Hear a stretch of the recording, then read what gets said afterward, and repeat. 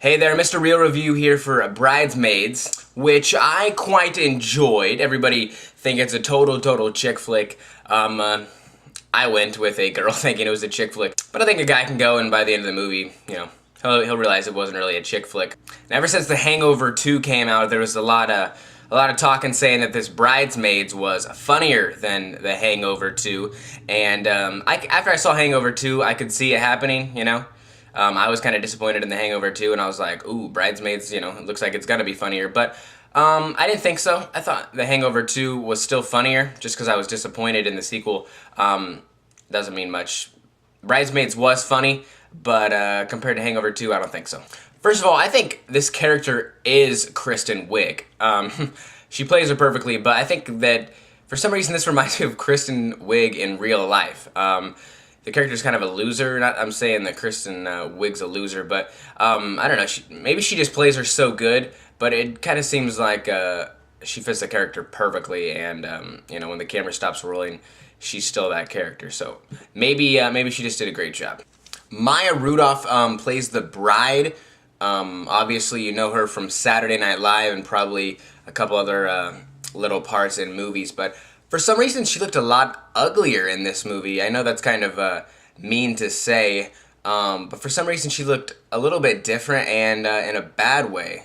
I don't know, it seemed like every scene, even when she was getting married, all spiced up, she still kind of looked a little so random comment, but yeah.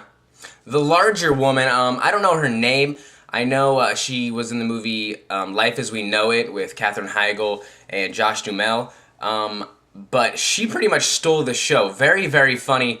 Obviously, a bigger chick is gonna get all the laughs because, well, as you saw in the commercials, she's farting and burping and a whole bunch of other crazy stuff. But she pretty much stole the movie and was definitely the funniest part of the whole thing.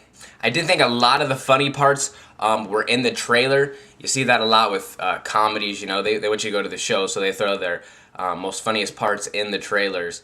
And I think that really happened in this one. I mean, a lot of people didn't laugh because they obviously saw them in the trailer, and I think those were some of the strongest and funniest parts in the movie, so, that was kind of disappointing.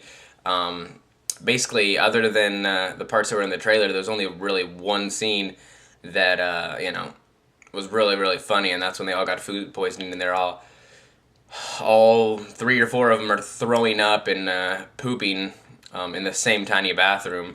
So, but other than that, I'm pretty sure that all the funny parts were in the trailers. I did think the movie was pretty funny.